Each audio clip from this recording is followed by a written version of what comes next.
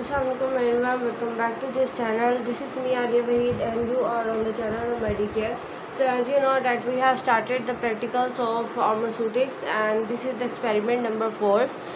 So in the previous experiment we have discussed some things. First of all, we have discussed how to make a simple syrup by BP method or by USP method. We have seen the whole calculations of it and the whole procedure involved in it. Then the second one practical was about to prepare syrup, which is a ferrous phosphate syrup. Or if you just revise the previous one, so you remember that this syrup was for those people who have anemia, means who have low concentration of hemoglobin due to the deficiency of iron. So we introduced the iron turnings into this syrup so that the patient can get the iron or can make his hemoglobin or his RBCs. Then how to prepare it, we have discussed that what is the composition of it. So it's composed of various kind of elements, and we have remembered these compositions by a mnemonic.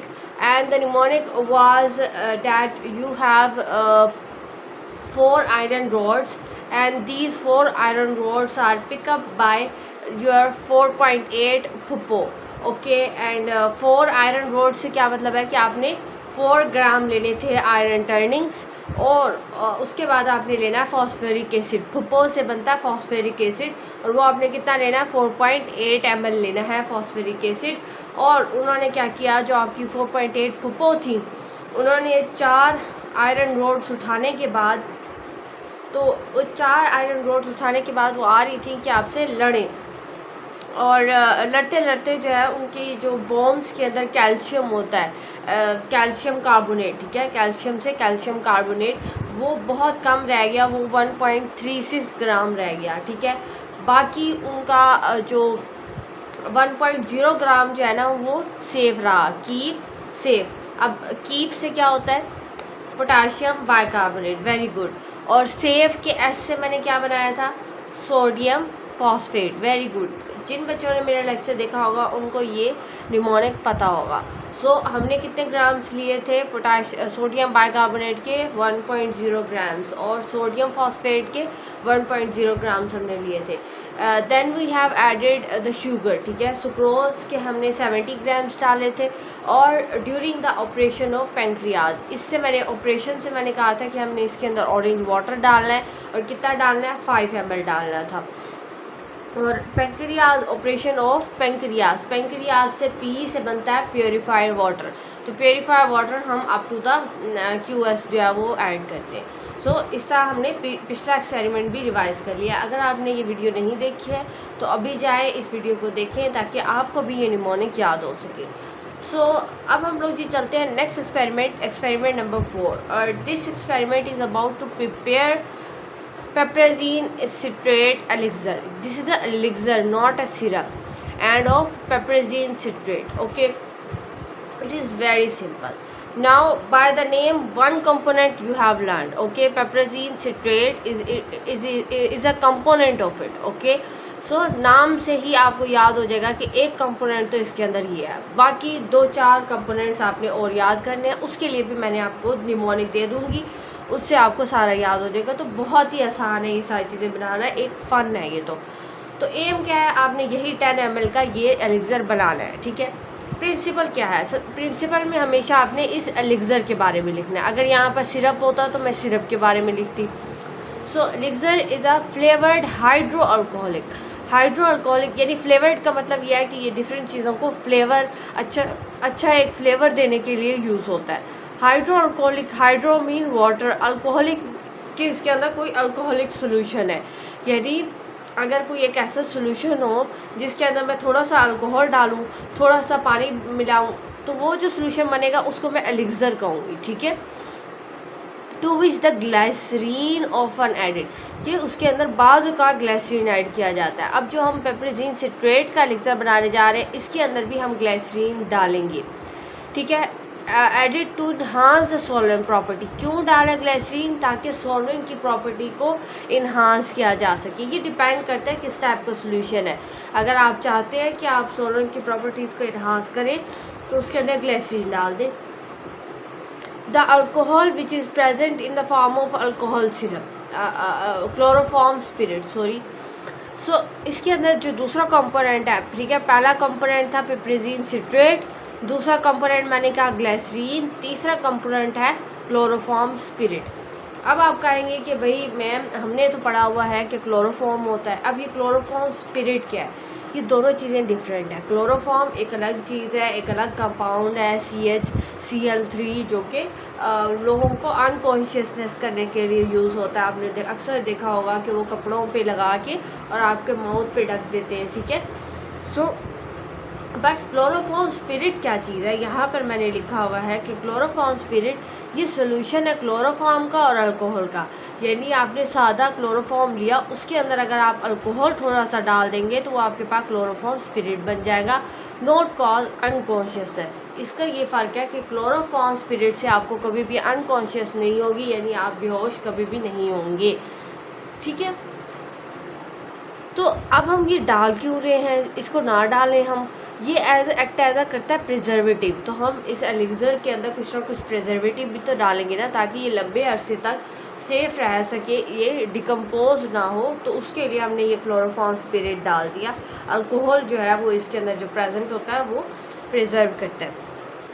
पिपरिजीन citrate is unpleasant taste, इसका बहुत गंदा test होता है। जो इसका एक component होता है ना पिपरिजीन, ये कड़वा होता है, ठीक है, which is mask with the syrup.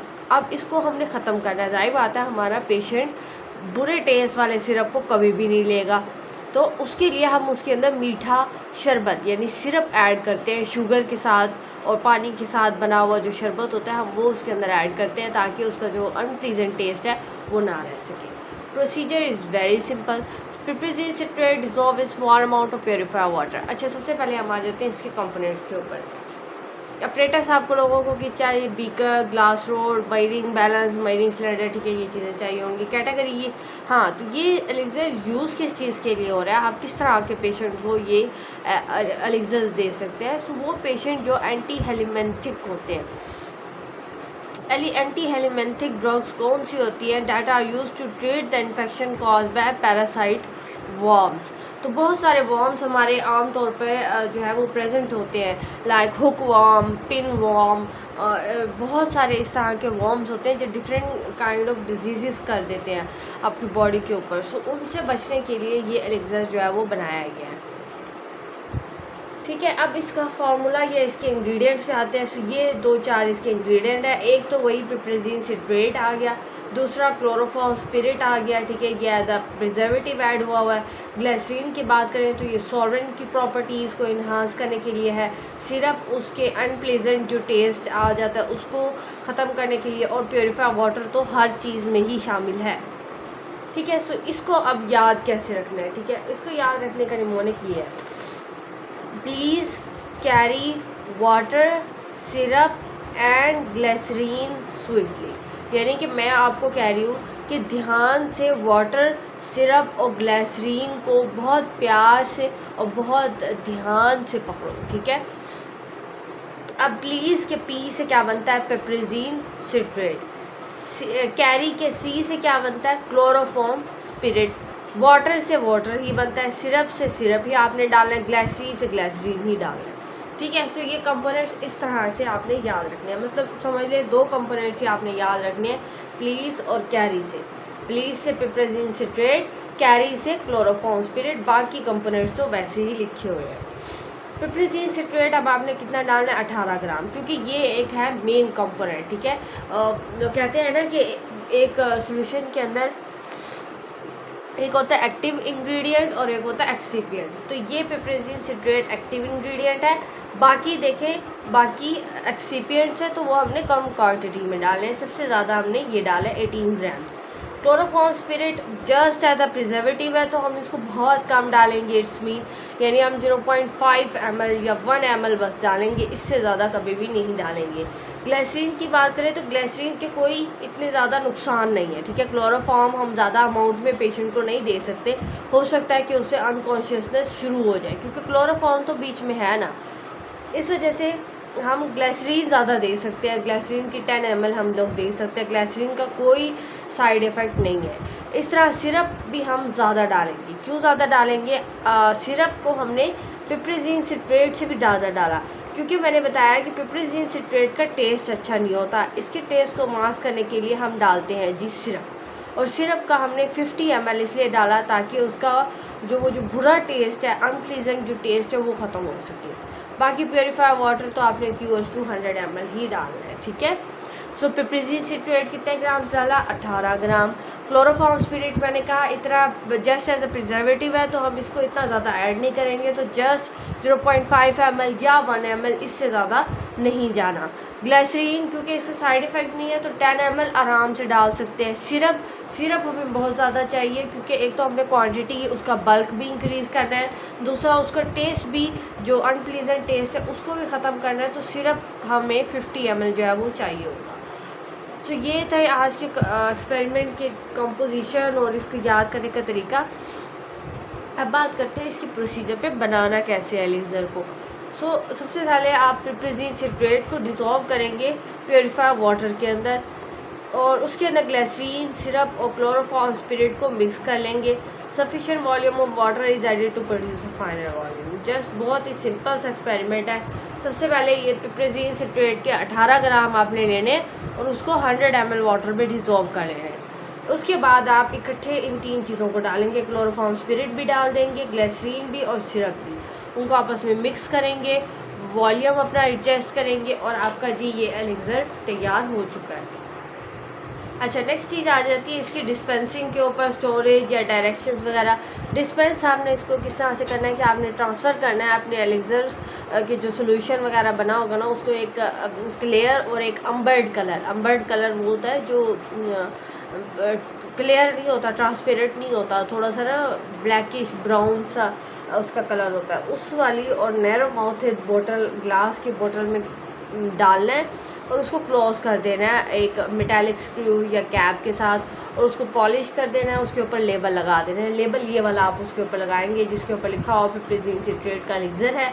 Storage की कंडीशंस लिखी हो कि स्टोर आपने इसको कूल और ड्राई प्लेस पे करना है, टेम्परेचर जो है वो इतने 25 से कम हो। प्रिकॉशंस भी लिखनी है। इसके साथ साथ कंपोजिशन आप लिखोगे कि इसके अंदर इतने ग्राम्स ये हैं, इतने ग्राम्स ये हैं, इतने ग्राम्स ये हैं। इसकी मैग्नीफिकेशन डेट क्या है, एक्सपायरी डेट क्या है इसकी, और क्या क्या चीज़ें हैं। इसके अलावा अगर हम बात करें कि इसकी डिस्पेंसिंग स्टोरेज की, तो वही चीज़ आ गई है, ठीक है। डायरेक्शन की बात करें तो 4 से 15 ml daily in divided dose to taken at the night, ठीक है। ये नाइट इसलिए कहा गया क्योंकि इस एलिक्सर की ऐसी कंपोजिशन है कि वो नाइट टाइम ज़्यादा इफ़ेक्टिव होता है। सो डेली आप पेशेंट को 4 से 15 ml का जो डोज है वो आप लोग दे सकते हैं, लेकिन डिवाइडेड डोज, ठीक है, एक साथ नहीं देनी। Not antihelminthic is a type of drug or the herbal preparation given to destroy the parasitic worms और expel them from the body। So जितने भी parasitic worms हैं, चाहे वो आपकी बॉडी के ऊपर हैं या आपकी बॉडी के अंदर हैं, उनको डिस्ट्रॉय करने के लिए ये जो एलिक्सर्स हैं ये यूज़ होते हैं। सबसे ज़्यादा जो पिप्रिजीन सिट्रेट जो इसके अंदर है वो उन worms को जाके मार देता है, ठीक है, वो उन सारे worms को जाके किल कर देता है। सो इस वजह से ये यूज़ होता है। तो ये था आज का हमारा सारा एक्सपेरिमेंट जिसमें हमने देखा कि ये एलिक्सर हम कैसे बनाएंगे, और बहुत ही ईजी था। Please carry the syrup water and glycerin sweetly.